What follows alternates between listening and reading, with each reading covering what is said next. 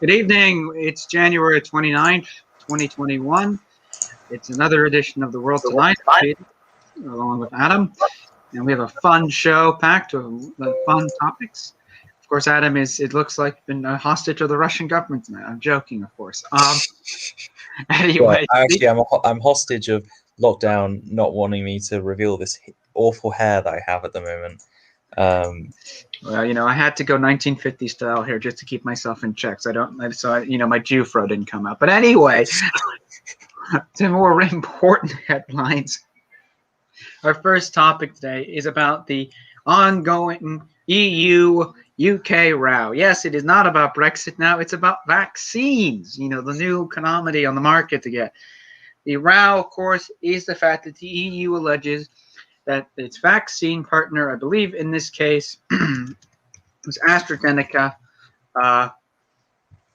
alleged that it did not, follow its contract in terms of giving the EU its proper vaccine supplies. Of course, AstraZeneca has hit back, saying not really, that they just gave the UK, because the EU's complaining that the UK got a lot of more vaccines, that AstraZeneca pointed out that the UK had signed an agreement earlier and had asked for more with the US. This has now become a war of words. Today, the EU published the guidelines of countries that were exempt or restricted to have the vaccine, which included the United Kingdom, which has, of course, led to an uproar in London from the Prime Minister of the United Kingdom, Mr. Boris Johnson, about the proposition that this is extremely unfair to the United Kingdom. Of course, this comes right on the heels of the EU having a disastrous vaccine rollout and critically falling behind the United Kingdom and the United States and Israel and other major countries who've been on this vaccine front. Of course, the EU is under a lot of pressure for failing to make its own version. It put a lot of hope into a French vaccine project that didn't work. And now we're trying to get the vaccine companies to play hardball with them. Of course, that's a very interesting strategy coming from the EU of trying to get healthcare companies to have to budge. But we'll wait and see. Adam, first thoughts about this? Yeah, so this is going to look like for the UK and the EU. Obviously, now we're seeing it over a very major issue, that being vaccine supplies. And ultimately, what we're seeing is the EU taking what would be expected of a quite, not nationalistic, but at least EU first stance of trying to ensure that they have the vaccines for themselves. So, Peter, you touched upon the points perfectly there. I think one of the really interesting elements to look at this is that ultimately you're having two big countries, or at least countries that can afford the means to actually get all of these vaccines, combating over this idea of supply. But ultimately, we have to look that in other regions of the world, primarily Africa and Central Asia and other such regions, they're not projected to get any kind of major vaccine supply until 2022, 2023, even 2024 in some cases. So we get very focused on this idea because two major developed nations battling it out.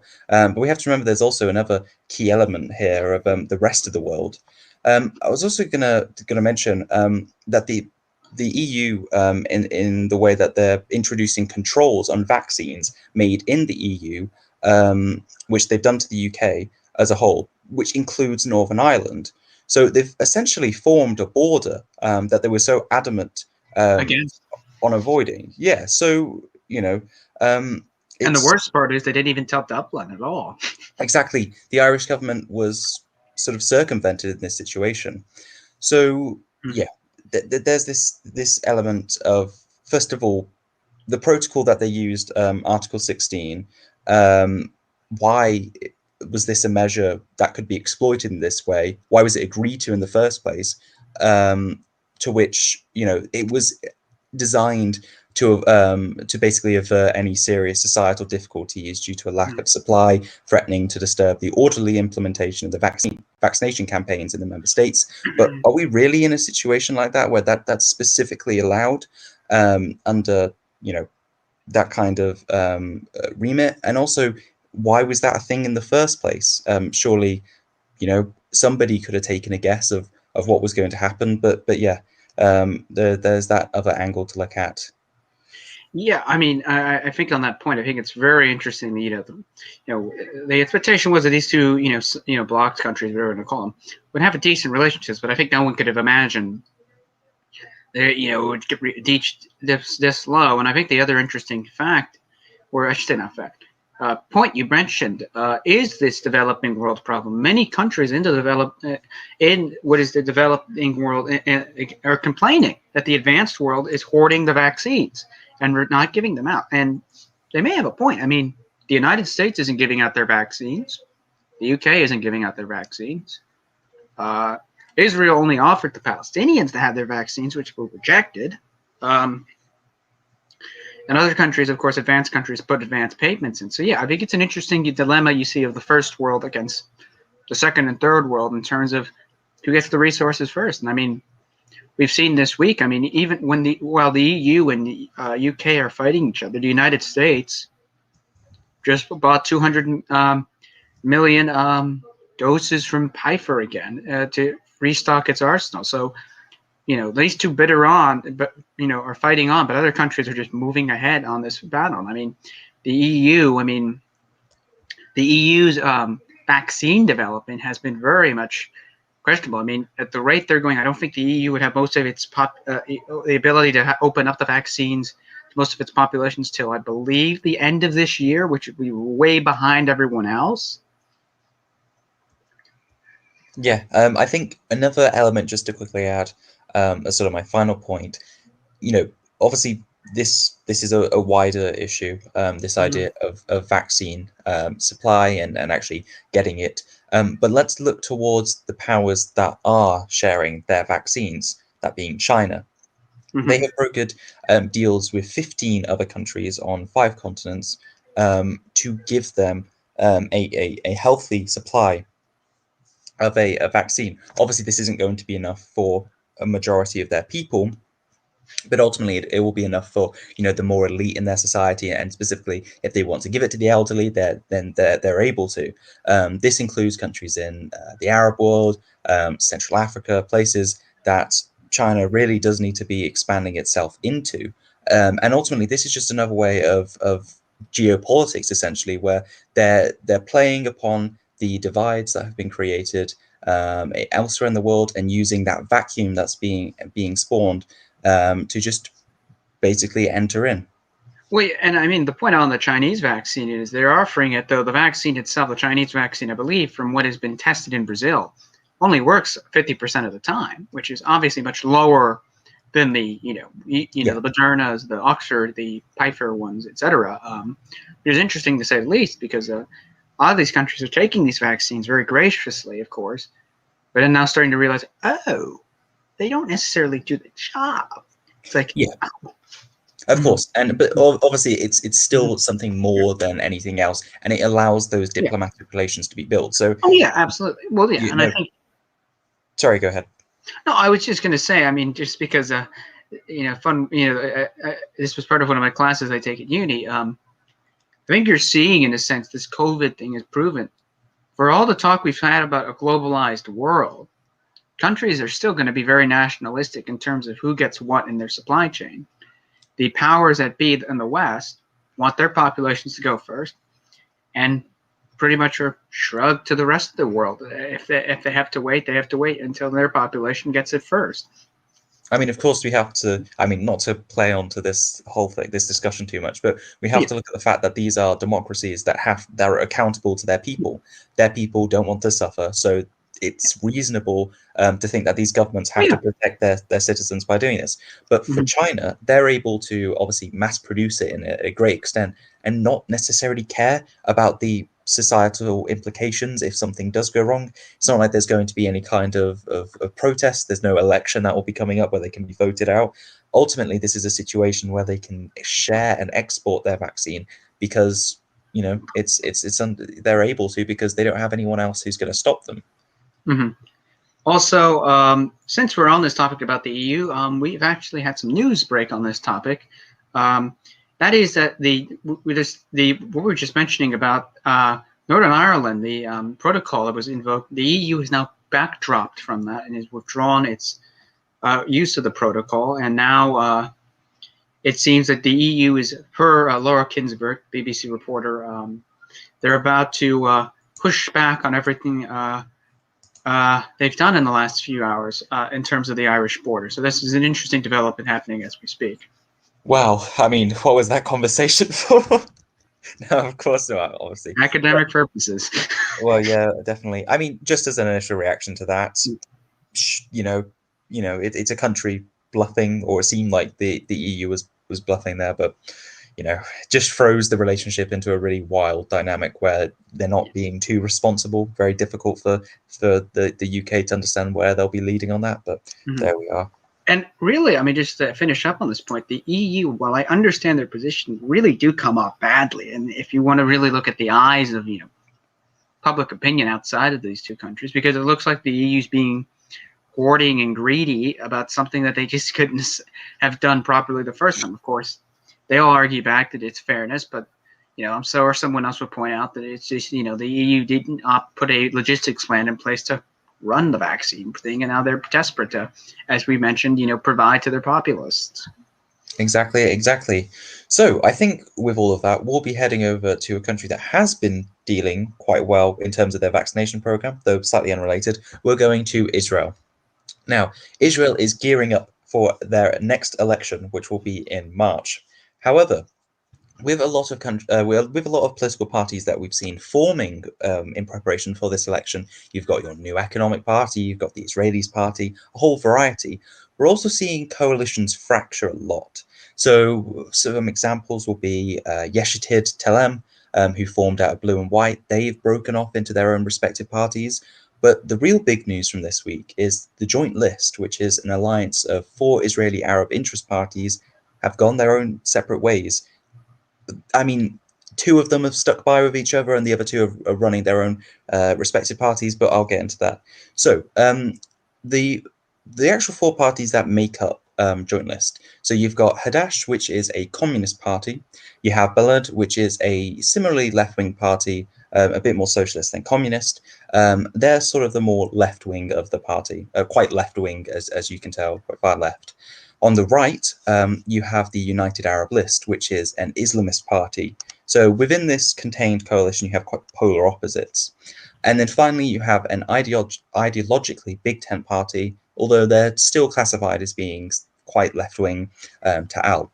So the party is now fractured into 3 parties, that being Hadash and Balad will continue running as the Joint List, and Ta'al and the United Arab List will have their own parties. So why did they split?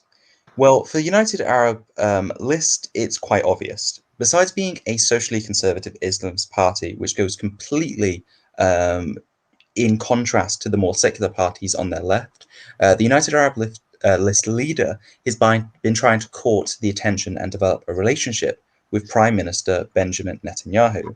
Now, this is a fascinating element to look at here, that you have an Arab leader engaging what most in the Arab world would see as their enemy, and specifically for Palestinians. So interesting dynamic, as well as Israeli Arabs. They hate the man. At least you can tell that by their voting patterns. So that caused a massive rift within the Joint List. And then finally, you have Ta'al, which is a little less clear on why they broke away. But something was clearly up when the Joint List released an official statement in its name declaring that the United Arab List had left the alliance, only for the Ta'al party to swiftly declare that it had not consented to such a statement. So we had a bit of a build-up there.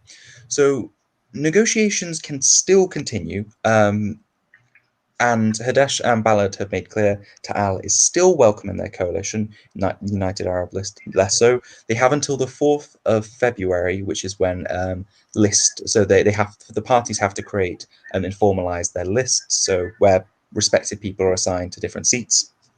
And after that point, they cannot go any further.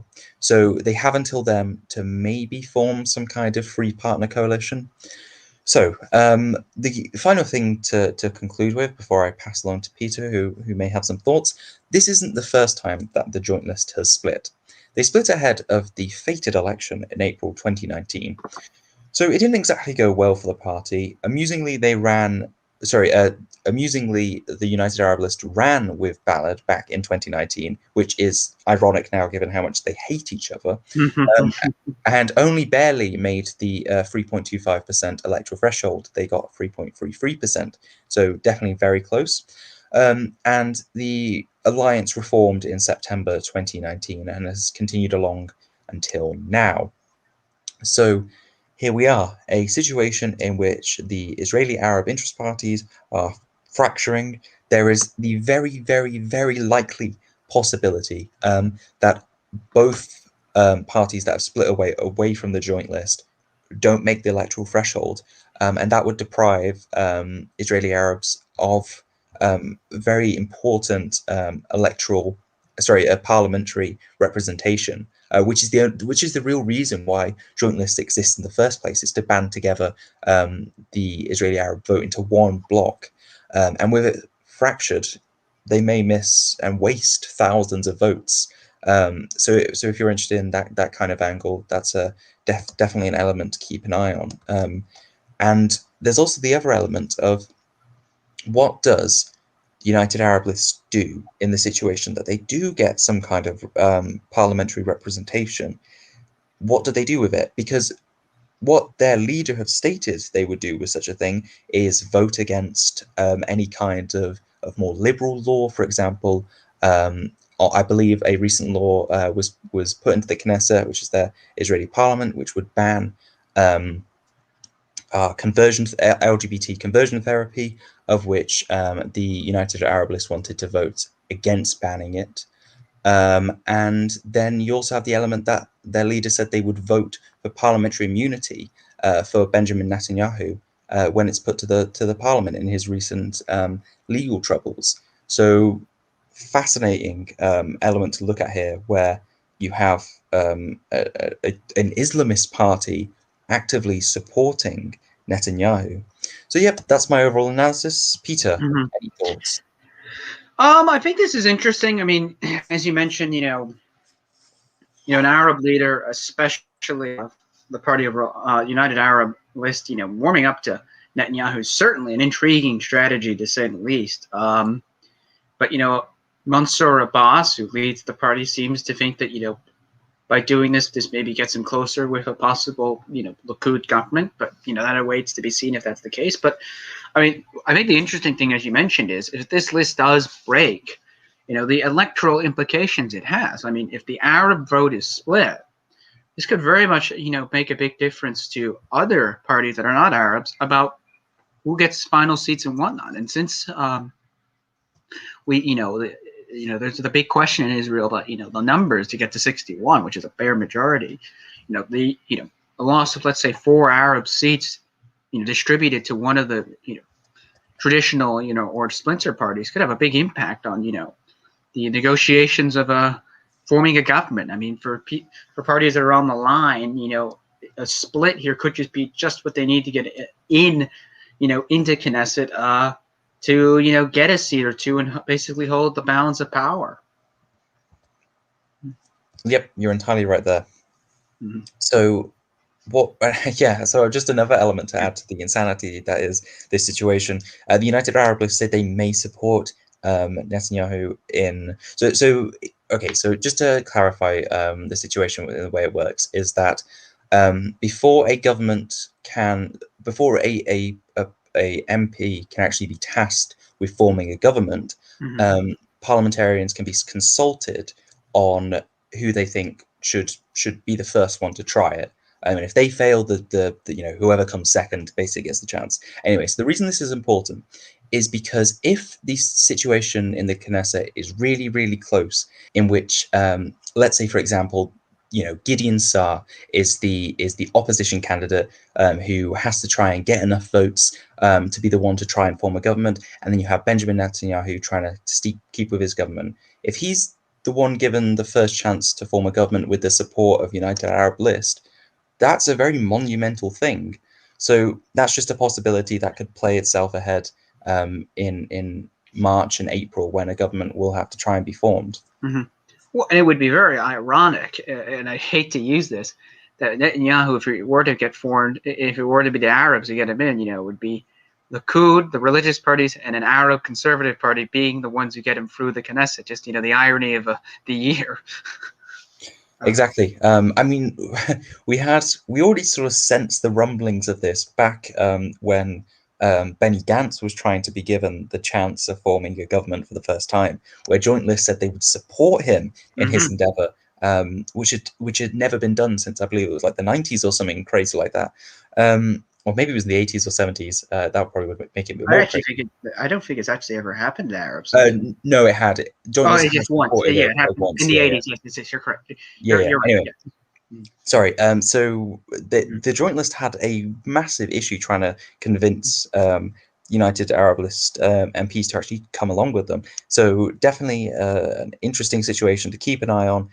Maybe Tao will come back with them, and United Arab List will disappear below the electoral threshold. But we are yet to see.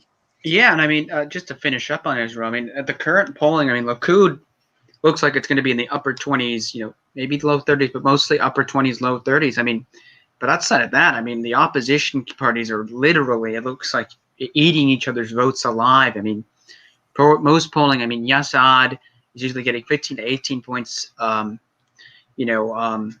New Hope is somewhere in like the mid to low teens, 12, 13-ish. And trying to think the other part. It's coming up. I'm losing off the top of my head. But yeah, Yamina? Yeah, Yamina. Thank you. Yamina is also at 11. So it's just, the interesting dynamics of those three and all the new little splinter parties that are being a thing of all the opposition votes. It's just fascinating to possibly see if when this, has to be calculated for a final result. Yeah, and just as a final thing, we haven't had any polling of post Joint List split. Yeah. So definitely will be an interesting thing to keep an eye on if you're interested in this at all. But I think that's all we have to stress for the topic. So we are now going on to very different kind of topic that we never really touch upon with the world tonight. However, I think it was going to be something interesting for people who may not know about it or who may have seen it in the news and entirely confused. So, Peter, please, for my own benefit and everyone watching, describe what has gone on with GameStop, Wall Street Bets, and everything in the stock world being brought into every conversation I've seen. Yeah, so first off, I mean, it's been hell for those of us who follow the stock markets. I trade. But so what happened is earlier this week, Reddit has the Wall Street Bets, as Adam alluded to, and they decided to, out of the hell of it, to make an investment into GameStop. GameStop's investment had always been low, and the projections were that GameStop was going to have a very meh year. So they decided to invest, and what they did was they artificially brought up the stock, and it's pretty much screwed over Melvin Capital, which is one of the largest shareholders in GameStop, because it just reduced their sharehold price, and this pushed Melvin, who has become now very much a hate figure on social media, the position of trying to do that. And what is done now is they've gone after other companies to artificially inflate their shares. AMC, the movie chain, I want to say Nokia, BlackBerry, and they're continuing to do this. The traditional hedge fund guys who tend to run Wall Street are very enraged. It has caused a lot of a schism on that. It's been nicknamed, David versus Goliath. The Goliath, of course, is the kids on Reddit. A lot of them are amateur traders going against a lot of experienced hedge fund guys who've been on the market for years and tend to make winning profit. So, as of this week, a lot of the trading companies, Robinhood is particular, the most popular one, have suspended or limited the ability to buy these stocks that are involved in the Reddit saga. So this has now created an even bigger fun controversy about the role of the markets, us versus them. And I am an investor. I am not part of that. I think what's happening with this week is stupid. I think it's causing something that's just a joke that puts the market's integrity at risk. But that's just my opinion. But it has been interesting to see the interest that people have had in the market, and finding out how the hedge fund boys tend to run the market as well is also a fun fact. Okay, so I'm going to ask a bunch of questions. I hope you don't mind. Of course. So why was a hedge fund investing in GameStop in the first place? I assume that was just a good investment that they were told by their strategists to invest in. It was a safe, probably not risky thing, and then they didn't expect a bunch of kids to, inflate that and pretty much, ruin their plan of having a low, stable investment, which was GameStop prior to this week. Right, I see. Okay, so just again, probably very dumb questions. But how did they artificially inflate it to the extent where it got so big? Because I kept buying shares almost, at a passing hour an hour. And I mean, the hedge fund guys, and to those who may ask, the hedge fund guys are the people who trade on Wall Street, the traders, couldn't fight back. That and someone in the comments section put it is that's correct. It's short selling. Absolutely, that's correct. Yeah, they're betting on failure and they're trying to get their profits up. There. Thank you, Caitlin. Shout out to you. But yeah, it's basically that. I think that's the best way to put it. I think Caitlin put it best in the comment section. This is all artificial to make a short-term profit. I mean, the inevitable thing is this is all going to come crashing, burning once all the fun and games are over. But people are enjoying it and they're making fun and they're making money off it. So they're enjoying their week of fun on the market. Of course, the market people don't like it at all because this isn't how they like doing their trading at all. So from what I've seen, the actual intent of short selling in this situation was less to actually make a profit, or maybe that's what initially started off as, but it doesn't seem to be the case anymore because I've heard a lot of people saying that people shouldn't sell what they've bought. So why is that something they shouldn't do if they want to screw over hedge fund people? I mean, I personally, if you're asking my personal opinion, I just think a lot of this is just, people really want to give the finger to a lot of these hedge fund guys because the stereotype is, and the hedge fund guys don't do themselves any favors. They're a bunch of, excuse my language, assholes who get what they usually want on the market. So I think it's, a lot of folks want to keep doing this to, cause more trouble to the people who inevitably expect this to go away. So it's, causing more of a, changing the market game plan because historically the hedge fund guys tend to run how the market operates. It's more the little guy, getting control of the stock market. Okay, and my final question, just to end this very exciting segment. So where does this go? Because is there any real threat that this offers? I don't understand how the stock market works. So it's tough to say. I mean, there are a lot of people who have criticized the role of the hedge funds of uniting together to limit the trading on limiting the trading of the three companies mentioned. I mean, the place I do it at, Schwab joined in. They restricted the ability of their customers to do that. The big Robinhood was the most controversial one. Their CEO claimed he was doing it to safeguard the markets. And then other companies have just joined in mostly, in a position of stability. I mean, people on Capitol Hill have said they're going to start hearings about, the role that, the hedge, that the companies have on their mobile apps of telling people what to do with their things. I mean, I don't really. I would be candid to saying this is really uncharted territory for this because this has really never happened before in a holistic sense of an entire market week basically being, run by the internet. But who knows? It might start something new, or it might just be, the new hit for today that's gone by tomorrow. Okay, cool, interesting. So just to further upon that point of like where will this go and what's the potential danger of this. So I've seen some people mentioning that there is the possibility that if people can lose a lot of money out of this, and ultimately what you're seeing is a lot of people who are being hyped up by Reddit to put their money here. And ultimately, a lot of the people who have, the hedge fund and ultimately are the ones who have the ability to invest all this money, have the money to fall back on, so they aren't losing anything real. Well, obviously they're losing a substantial amount of money, but ultimately they can still survive. Whereas a lot of ordinary people are risking a lot of their own money for this sense of what seems like quite artificial solidarity. So is that a big possibility that a lot of people are being exploited in a sense? I mean, candidly, you could argue yes. You could argue that a lot of people are kind of playing a devil's game here, but I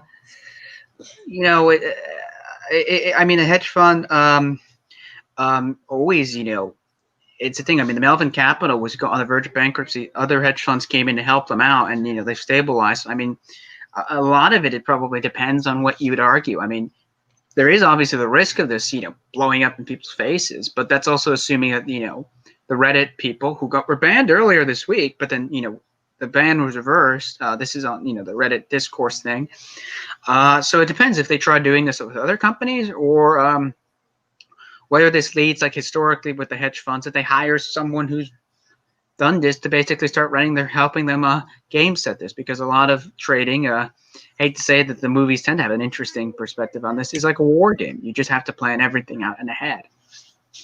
Wow, this has been a fascinating conversation, and I feel like I've learned just a little bit about what's been going on this week. I think the really interesting thing about it is this element of the ordinary person really getting into it and understanding. But then there's also the weird element of it, that it seems like such a risky thing that just to thrust it upon the world and saying buy some stocks.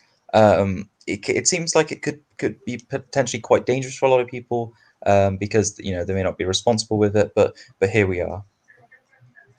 Indeed.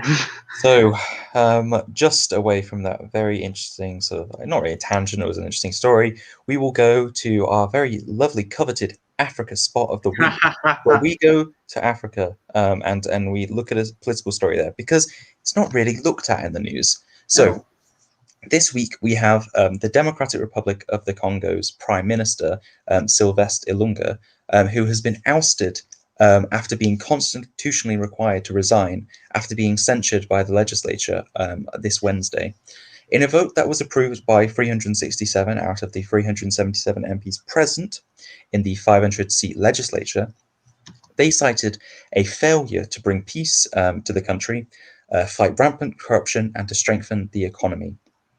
So, Ilunga is an ally of former President Joseph Kabila, who was the former president and sort of stepped down in 2018 and was chosen under a power sharing agreement, basically a sort of the legacy of this former president, the successor in a way for the government, that the current president Felix Tshisekedi and Kabila struck when the handover of the presidency was conducted and concluded. So, yeah, as I said, he was really Kabila's legacy, in a way, supposed to be the one who was going to continue his sort of agenda into government. Now, when the president was elected, a pro-Kabila majority was elected in the legislature. So this created an initial divide between the executive and the legislature, as well as the head of the government.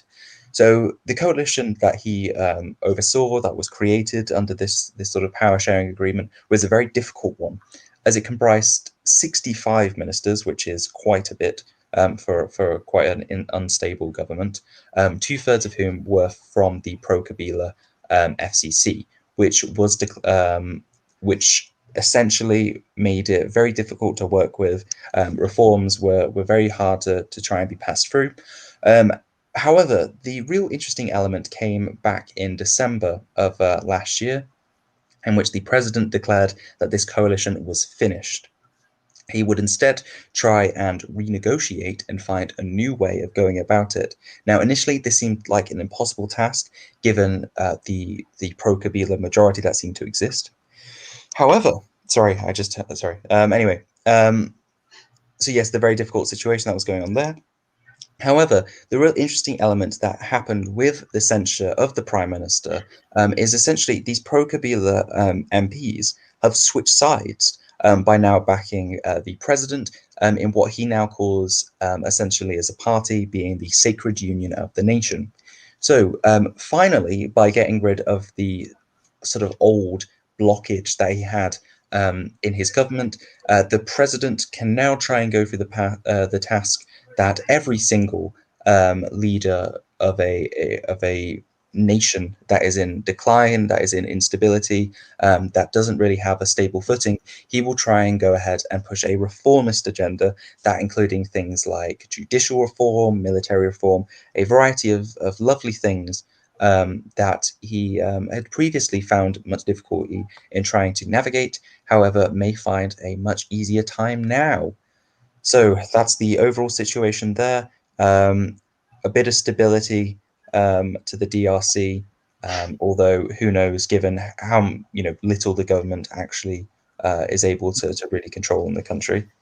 I mean, look, I think our coveted Africa segment always is a government in trouble with, or someone getting fired, or instability. I mean, that's our coveted Africa section. But in all candidness, this is interesting. The shift that has occurred, as you mentioned, and what this leaves. I mean, a censure resolution. I mean, it was a 367 to 7 vote of the thing with 100 exceptions.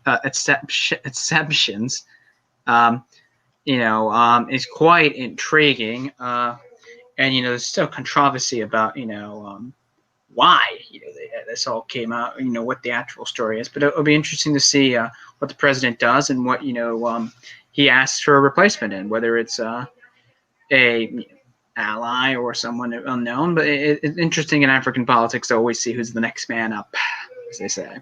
Yes, indeed. And again, we will make sure to follow and see if these kinds of reformist agendas are something that can actually be passed, and if it can lead one of the least stable countries in the world to actually get out of their crisis. Though, given how monumental that task is, it seems incredibly likely. But we can only hope. Indeed. And speaking about unstable countries, we go to the coup land of Europe. That is Italy, where its 100th government is now on the verge of collapsing, because we have to love Italian drama. But as mentioned last week, of course, Prime Minister Giuseppe Conte's coalition is lost its majority because Matteo Renzi's Viva Italia party withdrew from the governing center-left coalition over criticisms about COVID. So the last week, Mr. Conte has been trying to get him back into the fold. That has not worked. He survived confidence votes in both the Chamber of the Deputies and the Senate. However, he has decided to technically resign,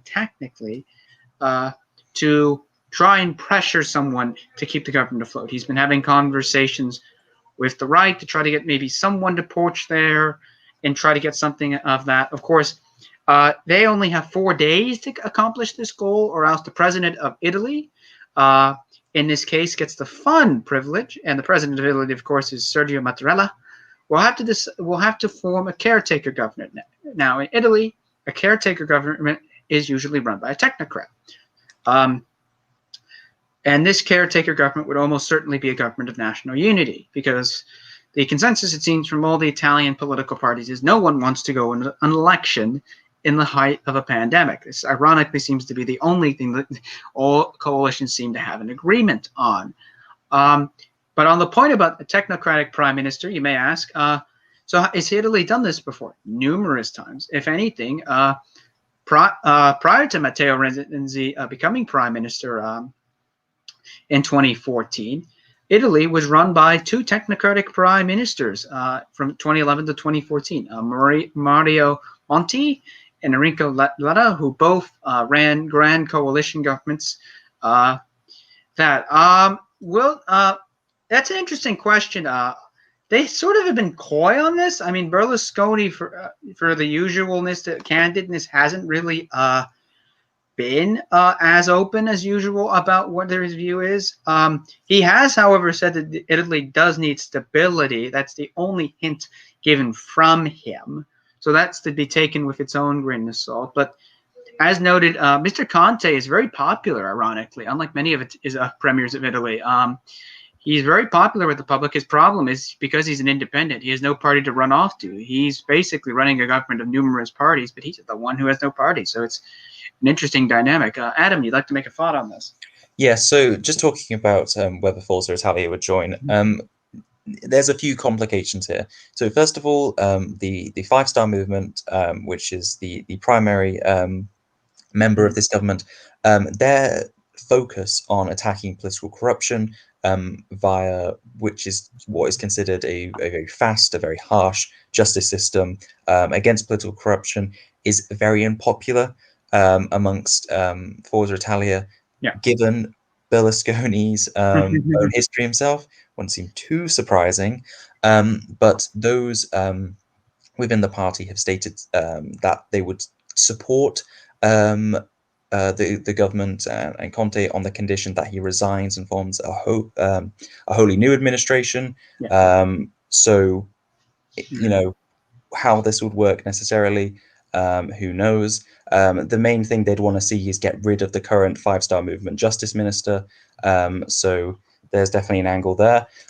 Really, if we're talking about coalition building, what we have to see specifically is that the government would try and bring in people who believe in two things. That being, they are pro-European, so they support the EU. That's crucial given the kind of healthcare reforms they want to bring in to try and help Italy in the COVID-19 pandemic. And then the second thing that they need to be is anti Lega and anti Brothers of Italy. So these are two very important parties because Lega is polling at about 24%, and Brothers of Italy are polling at about 17%. Combined, they present a very formidable opposition if they were to ever, would present a very possible government, if a actual election was to go ahead. And the Democratic Party and the Five Star Movement, who could possibly be the two natural partners to form a future government if an election was to go ahead, aren't looking any likelier, given they're on 16% for the Five Star Movement and the Democratic Party is on 20%. So as I stated, they need to be pro-EU, anti sort of right-wing populists. Very hard to find. And very, very hard to find. What that will require is people going out on their own and trying to, maybe form their own party or latch onto another. So the actual possibility of avoiding an election looks very, very difficult, given the electoral calculus is definitely poor for them. Yeah. Yeah, and I mean, as you mentioned, I think that's an interesting thing is, Matteo Salvini, I mean, he and the Brotherhood Party combined, I believe, under current estimations, would be very short of a majority. But add in Forza Italia, they very much on current polling could easily get into the majority territory, which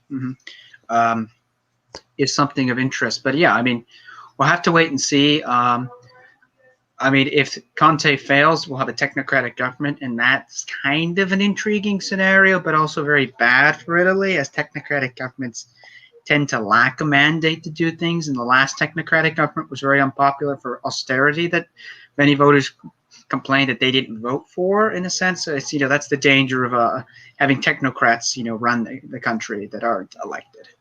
I mean, we have the irony here that the Five Star Movement was essentially formed as a anti-establishment, anti-technocrat and party. Now are the establishment. And now they are the establishment. Essentially, all of their anti-establishment sort of ideas, such as their MPs only serving for a certain amount of time, they'd institute term limits on themselves, or they'd give up a certain amount of their salary. A lot of their MPs have gone, well, you know what? I kind of want to keep this money for myself, and I kind of want to stay in politics for a little bit longer. So I'm going to leave a lot of those anti-establishment ideas. So we have some issues there. Sorry, go ahead. No, and their former leader, of course, Luigi Di Maio, said he would have term limits and very strict on what he did. He quit, obviously, being the leader, but he's still Minister for Foreign Affairs. So fun establishment politics for you all. Yes, indeed. Before the show, we were talking about how sort of, Berlusconi came in as the anti-corruption candidate, and we've seen how that worked out. Obviously, Five Star Movement have their own corruption bits that, maybe not as bad, but it just seems to be a never-ending cycle in that regard. Yeah, and just on the point about Berlusconi coming in, since we are covering Italy, and I think maybe this is important context. So Berlusconi, of course, I'm sure many of you are aware or have known that Berlusconi has been a very large part of Italian politics for almost 30 years now.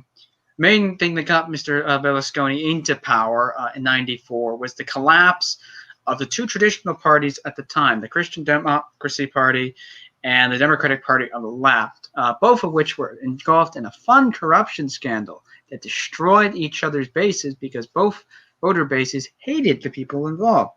And then comes in Forza Italia, its predecessor party.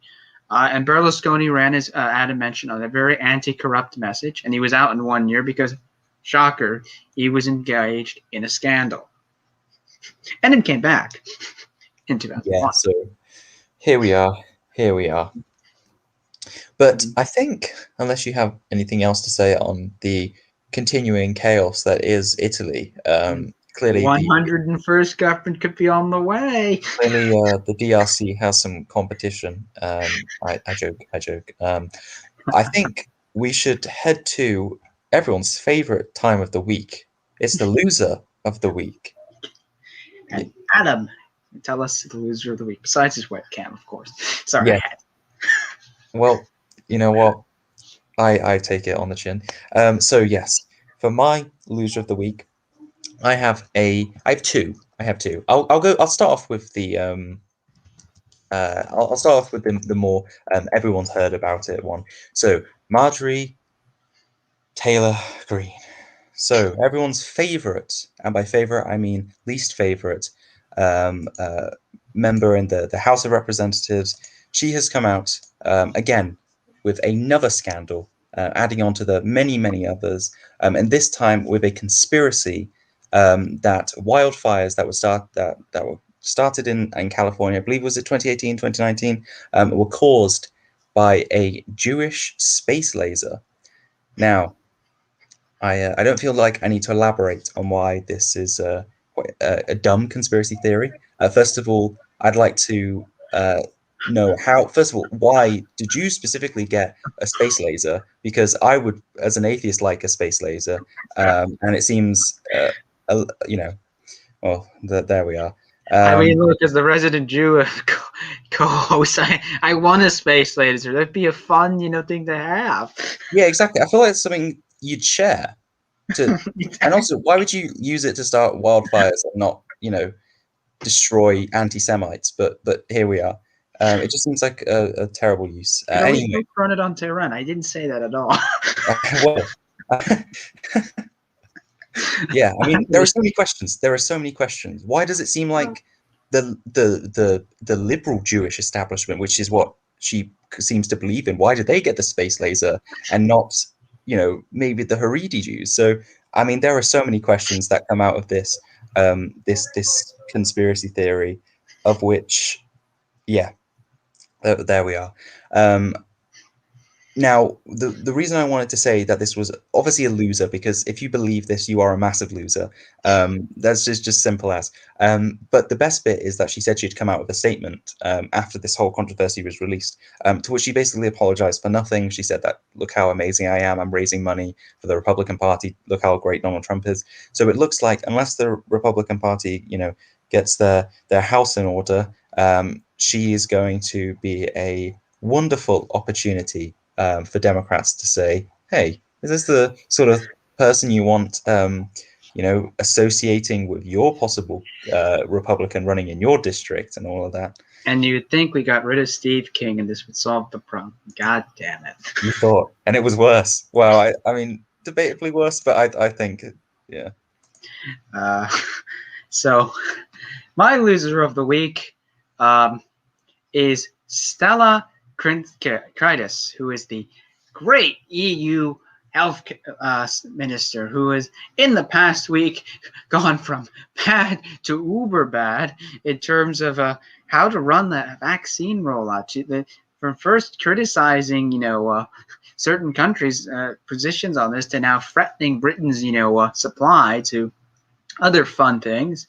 She, of course, has been the person who has been in charge of this entire process from day one. And if you use the power of Google search engine or Bing, I don't want to get sued on antitrust laws in Europe, because I know the EU loves Google a lot. you'd find that she very much stalled the vaccine development process. So when everyone else was starting vaccine development in April or May, you didn't wait until like July to do that. Always fun. But she's my loser of the week because she went in the press conference and tried to lecture AstraZeneca for their contract commitments and for them selling stuff to the EU. And unless you're, on the EU's payroll, for God's sakes, just admit you screwed up and, maybe drop the ego and probably, buy some foreign, shots. I hear Moderna and Pfizer are in the business of giving good shots. And Yeah, Johnson & Johnson. at least she didn't blame the manufacturing fault in Belgium on a Jewish space laser. True. True. Or Yeah. she didn't blame it on some, British expat living in Belgium as well. So just to go to my other loser of the week, because I couldn't, avoid Jewish space laser as a topic. I just like saying it. It's fun because it's so dumb. I didn't think anything else could be that dumb, but here we are. So the other losers of the week is the Tobago Council of the People's National Movement, which is the Tobago sort of like regional party for the People's National Movement in Trinidad and Tobago. I've said that too many times. So the reason they're the loser of this week is because they had an election. Now, in this election, previously, the situation was that they had 10 seats, and then the opposition, which was the PDP, they had 2 seats. Now, after this election that they had, a very interesting result came about in which the People's National Movement lost 4 seats, so they got 6 seats, and then the PDP rose 4 seats, so they were on 6 seats as well. So this meant that in the 12-seat legislature, it was 6 and 6. Now you'd think, okay, we've got a deadlock. What kind of deadlock mechanisms does this very even legislature have? And the answer is they don't have any. So the loser of this week for me is going out to the people who formed the Tobago House of Assembly. Why did you not include some kind of deadlock mechanism in your constitution? Come on. It's 12 seats. Why didn't you see this coming? Now, what I said will be happening is that the People's National Movement said they will continue administering, which obviously leads its own conclusions of why are they the ones able to form the regional government? Why are they getting to continue along without an elected presiding officer? Because ultimately they could be concluded to have lost the election. I mean, they technically got more votes than the PDP, but they got the same amount of seats, and that's what matters the most. So it will be interesting to follow along and see what happens in that situation where there is basically what seems like an unbreakable deadlock because nobody wants to move to the other. Because of the PDP, this is their first real chance and shot at getting some kind of actual legislative power because it's solely restricted onto the island of Tobago. And then for the PNM, they're the ones who are currently in government. They don't want to be the ones who get it wrong and have a very embarrassing situation in which they'd lose. Fun. Sounds like fun Caribbean politics at its finest. Indeed. Fanboys to Trinidad and Tobago. But anyway, we've reached the end of our show. We want to thank all those who watch this on a daily occasion, and also want to say, follow us Elections Daily on Twitter. And if you missed a show and you enjoy listening to us, you can find us on any podcast using Apple. No, Apple. No. What podcasts are there again? Jesus, I'm having a boomer moment. I think there's like Spotify. There's, let me get up the app that I use. I think it has Elections Daily on. I use Podcast Addict. Any Podcast Addict fans out there? Mm-hmm. Whatever podcast you use for your enjoyment. And also, since she commented and I like her a lot, please go give Caitlin a follow. I don't know if she's still listening in or not. But she's a great account on Twitter. Very feisty and very fun to have. But anyway, and she also has a great podcast too. The Rhino Podcast. Go watch it. It's a very good show to have. Well, I'm adding in right now as we speak. But anyway, we've reached the end of our show, and thank you all for watching. And we hope you all have a great weekend. And we'll see you here next week. Bye. Bye. Stay safe.